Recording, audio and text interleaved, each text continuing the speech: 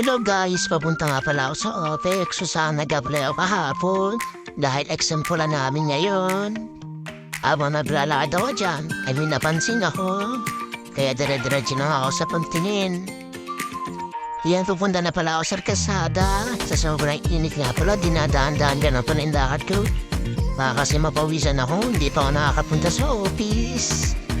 Masyadong mainit kasi kanina.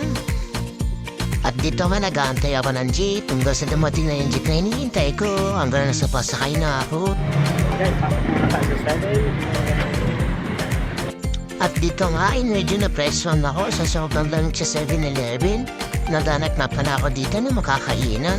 Hanggang sa pinakabisado muna sa amin kung di kong dala-dala namin.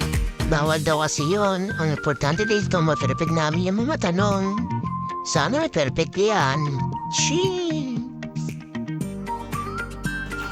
Kaya nagmuni-muni muna ako, nag-iisip ako kung nangyari.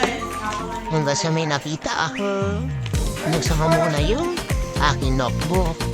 At sabay ko, piyesa katabi. Sa may nakita ako maganda. Exam muna tayo bago landi.